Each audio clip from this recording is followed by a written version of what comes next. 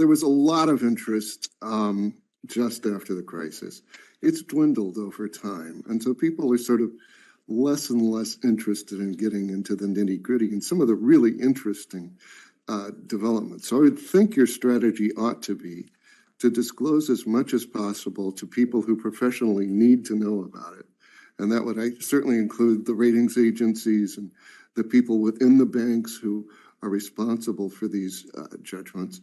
And simply have publicly available a place where people can go if they need to know more. Because we're dealing with a society where people are getting their information in tweets.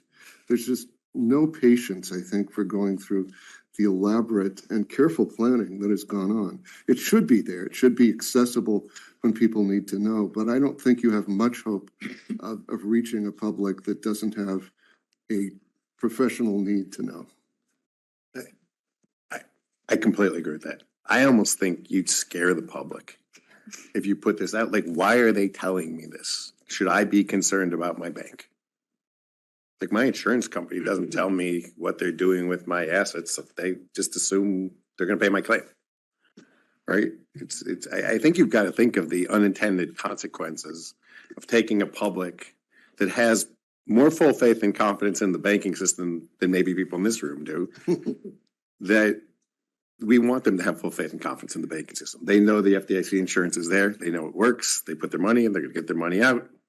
So there's a select crowd of people that are in the institutional side.